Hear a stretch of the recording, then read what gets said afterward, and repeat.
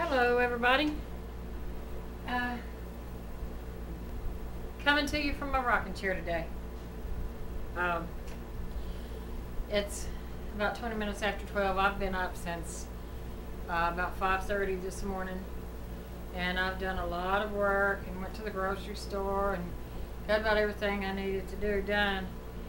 And I'm thinking about sitting here taking a nap here in just a little bit. I'm watching Lucy right now. I got my neck pillow here. Every day I'll put my neck pillow on, and then I'll sit here and I'll rock in my chair and end up taking a nap every day. But anyway, a couple of things in the news. The miners that are trapped in the mines in Chile. I'm not sure how many's down there, but they've got quite a few down there. They're all alive, and they're being kept in this little space together. They said that they was able to make another space off, like another little separate room, and to dig a hole, and that's how they used the bathroom. And at first, when they was down there, they rationed their food. They've been down there 3 weeks now, and at first they rationed their food, and they would split a pack of tuna. I think everybody took one bite and a sip of water. And if I'm not mistaken, I think there's 30 some of them down there, but don't quote me on that because I'm not sure. I think it's just what I heard. But anyway, they're trapped so far down to where the rescuers now they've sent down a way to get air to them, a way to get supplies to them, and a camera, so you can actually see them in there, and they can talk to people up here. And but they're saying that it could be, or they're saying it will be at least Christmas time before they can get to them. And this is August 27th. So that's 4 months. That's 4 months. Now, they haven't told the miners yet how long it's going to be. But these men are not stupid. They know how far down they are. They know the situations of and, you know, something like that, you got to be careful how you dig. You can't just dig, or the whole thing's going to cave in on them. They said that they were showing a diagram, and they said that they are so far down that it's going to be, they have to dig the size of Empire State Building plus another 1,000 feet or so. That's how far down they are. Now, they haven't told these men it's going to be Christmas time before they can get them out. However, I'm sure they probably know, as long as, you know, it's good that they have a way to get food and supplies to them. The biggest thing about the men being down there is becoming stir crazy and getting on each other's nerves, which that would be understandable. But mining is a dangerous job. I know my brother-in-law and my nephew both work in the coal mines. But so that's the thing going on in the news about the miners. Oh, and they had remember they had an earthquake, I think it's the first part of this year, in Chile, that did all that damage.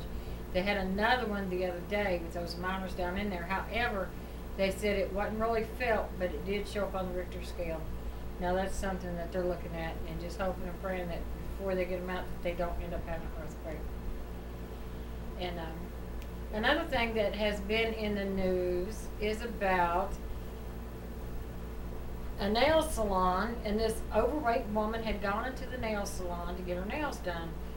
Well, after she got her nails and her toenails done, she was looking at her bill to pay and saw where they had overcharged her by $5. Now, $5 is not a very big amount of money, but still, you know, some people will look at the receipt and count everything down to the penny. So she noticed that they had overcharged her by $5, and she went and asked them, you know,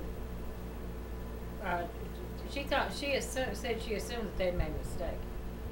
But they said no, that they hadn't made a mistake. They said it was because she was overweight and sitting in the chairs that she could have broken one of their chairs, and they've got to allow for that in their billing in case an overweight person breaks a chair, that they can have it replaced or fixed.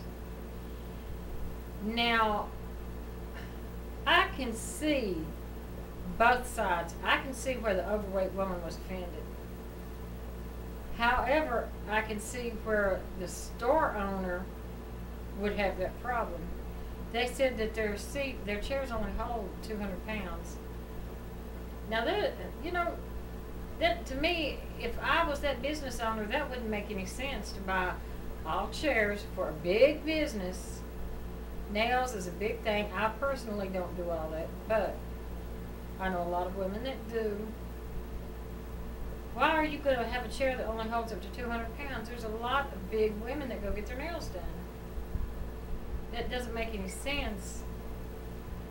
There should be a section, or at least 2 chairs in there that will hold a lot of weight. Or why not just a plain chair? Why do you have to have this big laid back chair? Why not have a couple of just plain chairs just because of that? Now the issue is this. If they are going to charge you extra because you're overweight, then it needs to be posted. It needs to be posted when you walk in there, and just to be clear, if I was a store owner, just to be clear, I would either point it out or have my customers sign a waiver stating that they have read the signs, that they do understand, and have that in the contract. So that way they can't say, oh, I didn't know. But the thing of it was, I don't think it was posted in that facility, and they had not told the woman until after they were done. So, that's why you need to know. It needs to be posted. That way when you go in, you have the choice of whether you want to stay and pay that extra $5 or whether you think you want to go somewhere else. And that was the only beef I had with that, was they should have let her know ahead of time. And I'm not really into nails. I mean, my nails have always broken. I remember one time I decided that I was going to grow my nails. And so I bought this, the clear stuff that you put on it that hardens the nails. And I put that on there faithfully, and they grew, and I filed them, and they were just as pretty as they could be.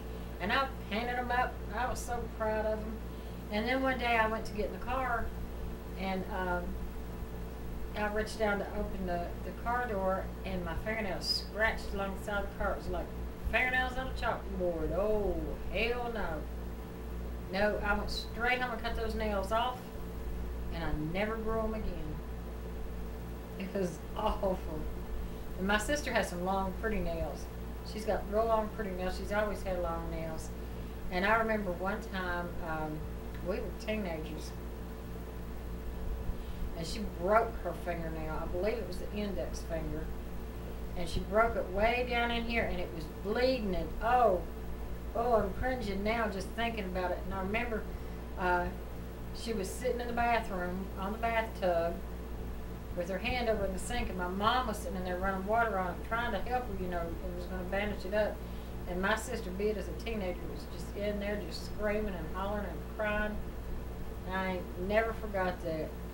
That's another reason I don't want to take no chances on long nails. Stephanie had long nails one time. Of course, Stephanie at this time was a young girl, and not a young girl. She was a teenager, and she had the what you call the fake fingernails. And we were out eating lunch one day, and the woman handed her a change, and some of it accidentally dropped on the counter, and Stephanie couldn't pick it up because of her nails. That was funny. But and then one time, I put on fake fingernails as a teenager, and me and Donna and Mom and my Uncle Bob,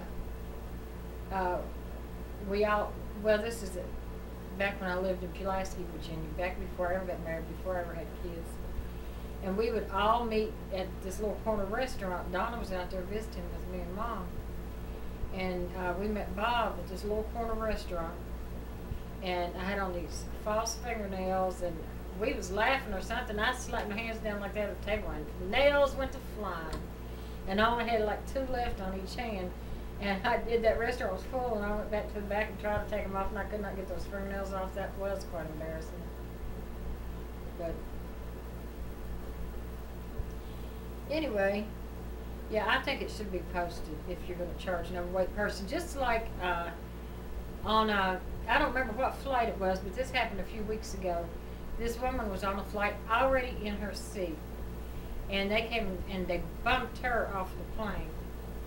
So she had to get back off the plane. They bumped her off and made her take a later flight because the person sitting in the seat next to her was overweight and needed both seats. But yet the overweight person didn't pay for both seats.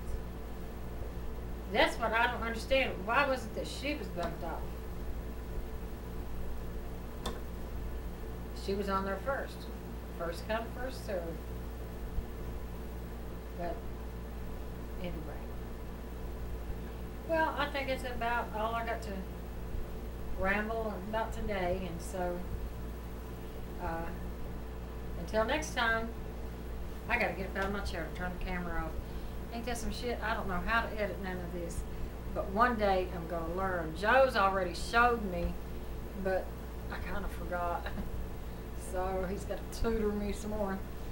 Well, until next time, bye bye.